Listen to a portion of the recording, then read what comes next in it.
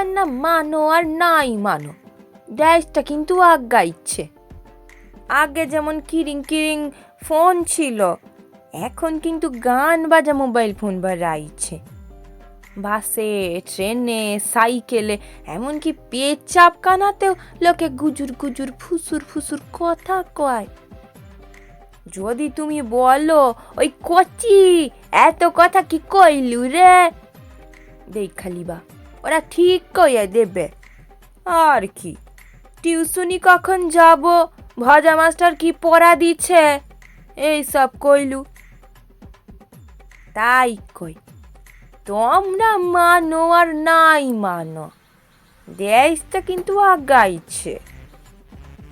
পরীক্ষায় ফেল করলে ছেলেদের কত কষ্ট, এইটা ভেবে সরকার কইছে ফেল টেল সব কিচ্ছু নেই, সবাই পাস। লক্ষণ মণ্ডলের বেটা কচু এই রকম করে 9 ক্লাস পাস করে নিয়ে পঞ্চায়েতের দরখাস্তে বাপের নাম লিখেছে লন্ঠন মণ্ডল। তাই কই, তেমন না মানো আর নাই মানো, দেশটা কিন্তু আগাইছে।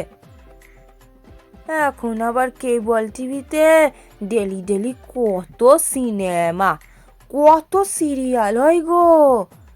আর কি সিনেমা দেখবি, 15 মিনিটের সিনেমা হবে কি হবে নি, 25 মিনিটের কমার্শিয়াল ব্রেক। চা দোকানি কানাই মুখে বলে, জানু মোর ওইসব সিনেমা টিনেমা সিরিয়াল টিরিয়াল মোটেও ভালো লাগেনি, সিরিয়াল ছেড়ে আমি এখন বিজ্ঞাপন দেখি, বিজ্ঞাপনের নায়িকাগুলোই ভালো। তাই কই, তোমার না মানো আর নাই মানো, দেশটা কিন্তু আগাইছে।